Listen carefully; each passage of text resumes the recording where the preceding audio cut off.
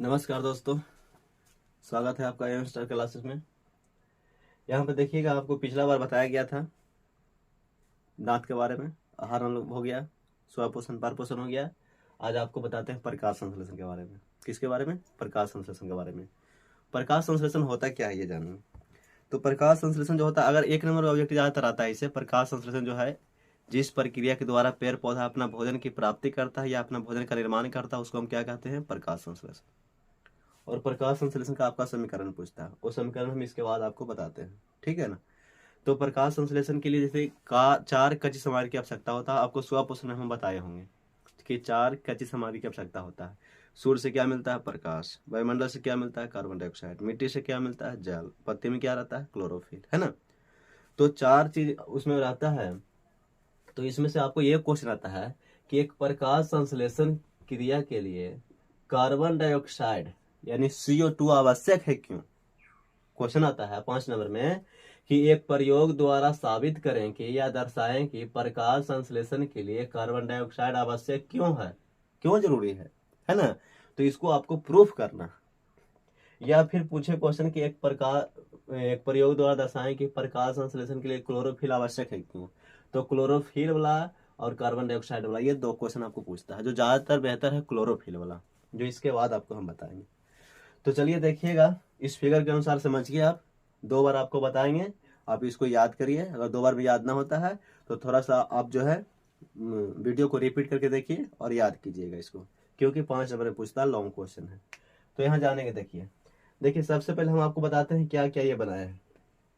यहाँ पे गमला में लगा हुआ एक पौधा बनाया है, ठीक है।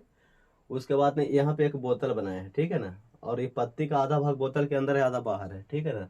बोतल में पोटेशियम हाइड्रोक्साइड का घोल डाले हैं। किसका? पोटेशियम हाइड्रोक्साइड का। उसके बाद में ये बीकर बना है। बीकर मतलब बर्तन। एक जल वाला बर्तन, एक बीकर ऐसे रखा है जो जिसमें पानी हो, और एक बीकर जिसमें अल्कोहल। अल्कोहल मतलब जो देहाती भाषा में शराबी जो होता है, शराब होता है ना, दारू, उसको कहते हैं। उसके बाद में नीचे से ये जो बना है ना, ये ज्वाला है। ज्वाला मतलब उसको खौला रहे हैं, गर्म कर रहे हैं, ठीक है। उसके बाद में यहाँ पे आपको बनाया है क्या, यहाँ पे एक जैसे कोई बर्तन लिए हैं, जैसे कटोरा वगैरह, मान लीजिए कटोरी वगैरह होता है ना, और उसमें आयोडीन का घोल डाले हैं, ठीक है। फिर यहाँ पे एक पत्ती बनाए। इसमें बोलना क्या है देखिए, बढ़िया समझिएगा आप। यहाँ पे आपको ये बोलना है कि सबसे पहले एक गमला में क्या लेंगे? लगा हुआ पौधा।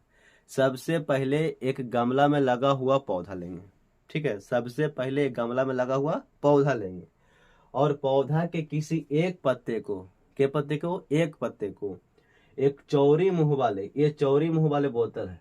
चौड़ी मुंह वाले क्या है? मुंह वाले बोतल। चौड़ी मुंह वाले क्या है? बोतल है।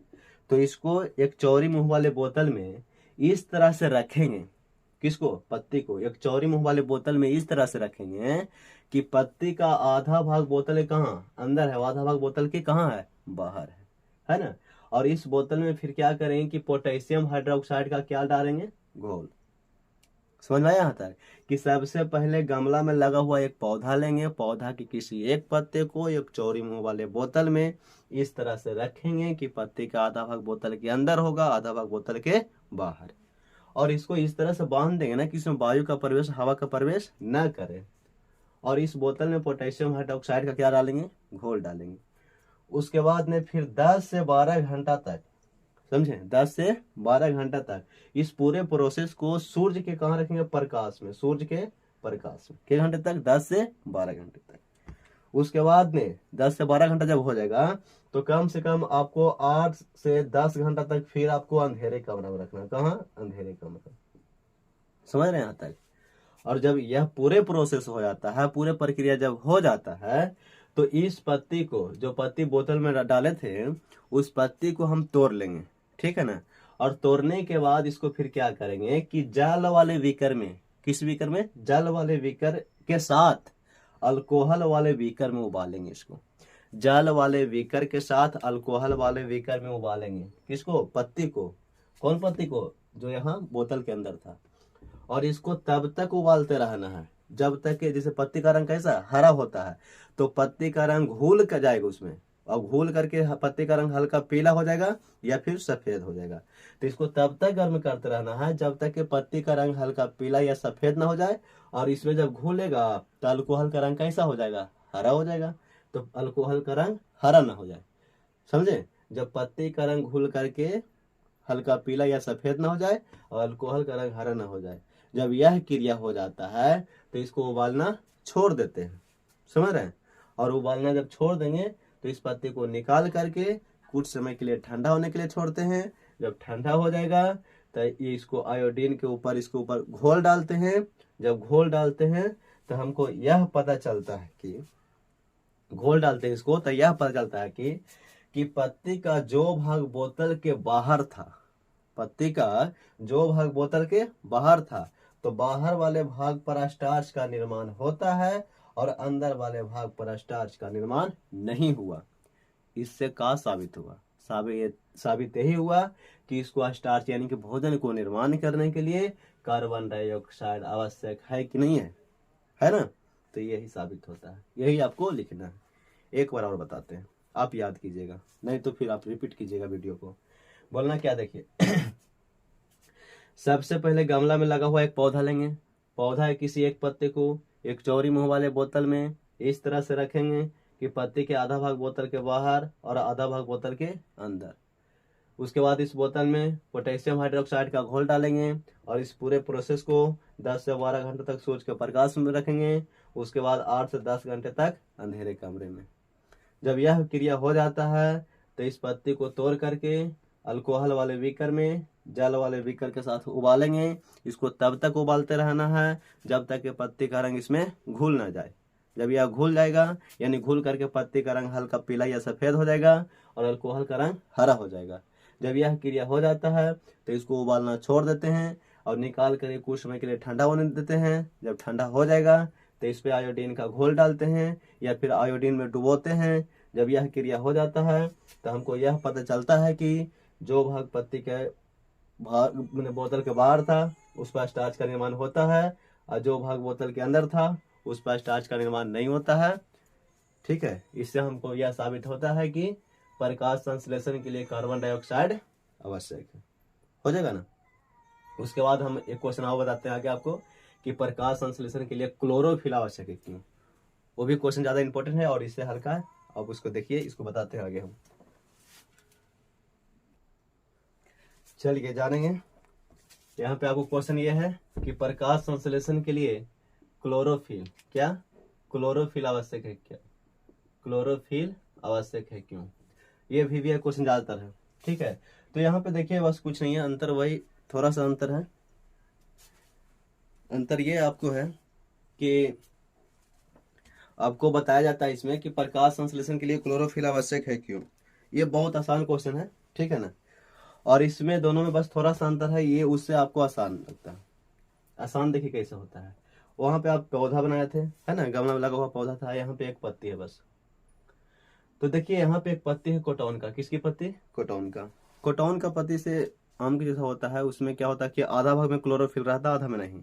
जैसे ये लाइनिंग जो होता है ना, लाइनिंग, तो लाइनिंग में क्या होता है, लाइनिंग के आसपास जो होता है ना कुछ पीला होता है। कैसा होता है? पीला। तो उसमें क्लोरोफिल नहीं होता है, पीला भाग में क्लोरोफिल नहीं होता है। ठीक है ना? तो सबसे पहले इसमें देखिए क्या बोलना है, इसमें भी दो बार आपको हम बताते हैं कि सबसे पहले एक कोटौन का पत्ती लेंगे। किसकी पत्ती? कोटौन की। और इस पत्ती के आधा भाग में क्लोरोफिल उपस्थित रहेगा और आधा भाग में क्लोरोफिल उपस्थित नहीं रहेगा, यानी अनुपस्थित रहेगा। बाकी सेम प्रोसेस जो उसमें किए थे वही चीज इसमें करना है।